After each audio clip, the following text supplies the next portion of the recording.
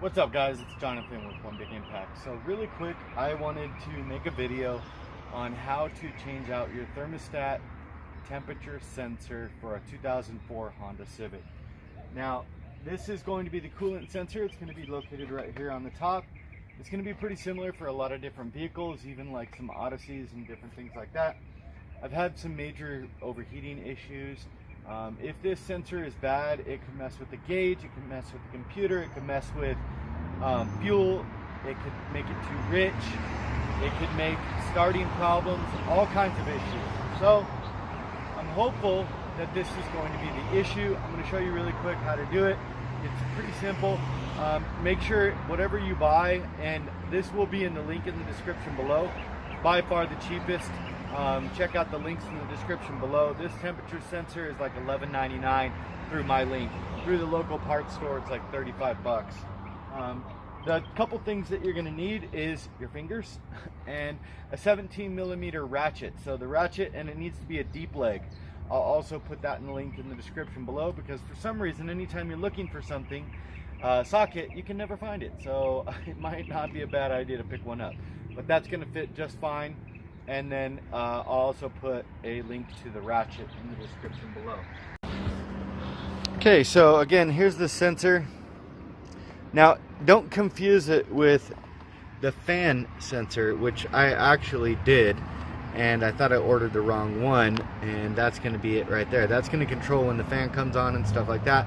My fan seems to be coming on just fine, but if you can see, here's the motor, and just to the left right there is going to be the temperature sensor.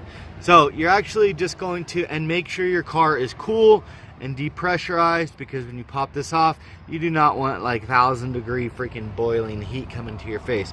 So you're basically just going to squeeze this. Okay, you can see, just squeeze and pop off. Should pop off fairly easy. And as you can see, that's my little temperature sensor. There is, according to many people, a way to check if it's good or not. Unfortunately, I don't know how to do that, and I also don't want to bother with taking it to somebody, so it's like 11 bucks. I'm just going to replace it and hope for the best. So all you're going to do is stick your ratchet on top of there, or your socket first. Okay, so your socket goes right on top.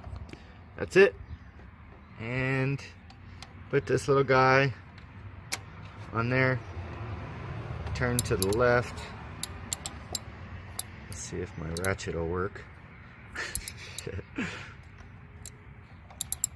It's so funny when you're trying to do stuff. Oh my gosh, my ratchet is broken. Is it really broken? Is it? Oh my goodness. Okay, yeah, it definitely turns. It works for one way, but not the other. All right, let's go get another. Okay, and we're back, and we have a China ratchet that apparently is going to work right now. So you're just going to break that free. Make sure you're turning the way I'm turning. So you're going to be pushing that way. You don't want to break anything inside there. And slowly, while not looking at it, preferably, just in case you have any type of hot fluids inside there, you want to make sure you're not going to spray yourself in the face. And we're good to go. So to be honest, I don't believe there's going to be any way to visually tell that this is going to be bad. I'm really banking on this is going to be the issue, but you're just going to grab the new one.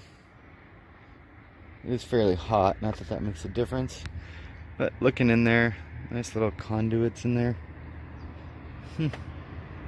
So make sure you got your O-ring on there.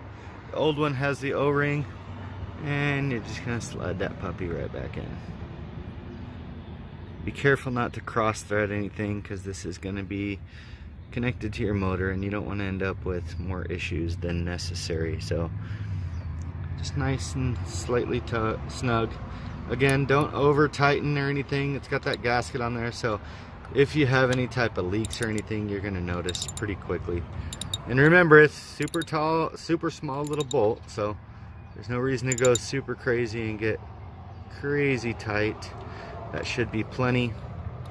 And then we're going to snap that back on, this little guy. little opening here is gonna go. Try to dry that out. I did see a little bit of fluid in there, but all right. Snap that guy back on, and we should be good to go. So we got it back on, and I just want to use to explain a couple things to be really careful of. And I'm definitely not a mechanic. I'm more of a DIY guy, but I really want you to be careful when you're dealing with overheating cars. And just through the things that I've learned over the years, a couple things, and this is probably pretty obvious for a lot of people. Many times a good remedy, if you happen to be overheating and you have to get somewhere and it's really dangerous, not a good safe location to stop and pull over and get help, then you can turn on your heater full blast, roll down your windows, make sure you don't overheat yourself, but go ahead and turn on the heater, and that's going to help cool down the engine a little bit. Also, turn off your air conditioner.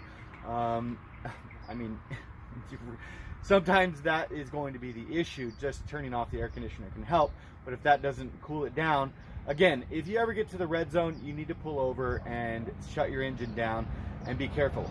Never, ever, ever, ever open up. I wouldn't even open up the hood until the engine cools down, because you really don't know if that radiator cap's going to pop off or a hose is going to break or something like that. So let your engine cool down. Be safe. Do not ever remove the radiator cap on the side of the road or anything like that, because it really does not look like it's hot until you pull that off, and there you got boiling water all over your face, boiling antifreeze. So it's really important not to do that.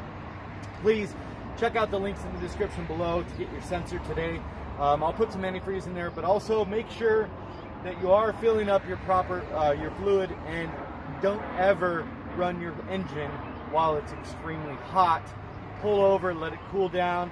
You're better safe than sorry. You don't want a full engine replacement. Have a good day, guys. Be stronger than your excuses. Remember to spread love, not hate, and thanks for watching.